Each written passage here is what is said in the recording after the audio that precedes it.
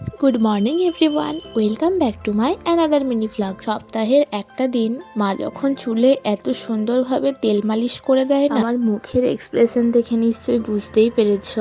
আর আজকে বানাচ্ছি পালং পনির। প্রথমেই কড়াইয়ের মধ্যে জল দিয়ে অল্প লবণ দিয়ে শাকটাকে একটু ভাপিয়ে নিয়েছিলাম। তারপর একটা বাটির মধ্যে ঠান্ডা জলে শাকটাকে কিছুক্ষণ রেখে পর সেটা পেস্ট করে আরও যাবতীয় যা যা লাগে সব দিয়েছিলাম। খেতে অসাধারণ হয়েছিল, মানে কোনো কথা হবে না। আজকে সব তরকারির মধ্যে আমার ওই পালং পনিরটাই ভালো লেগেছে। যদি বলো তোমাদেরকে আলাদা করে ভিডিও দেব পালং পনিরের রেসিপি।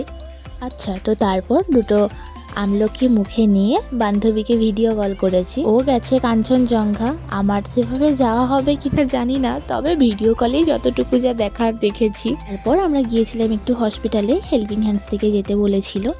তারপর এত খিদে পেয়ে গিয়েছিল, বাড়িতে এসে দুটো পাউরুটি খেয়েছিলাম। So that was it for today. Okay, by.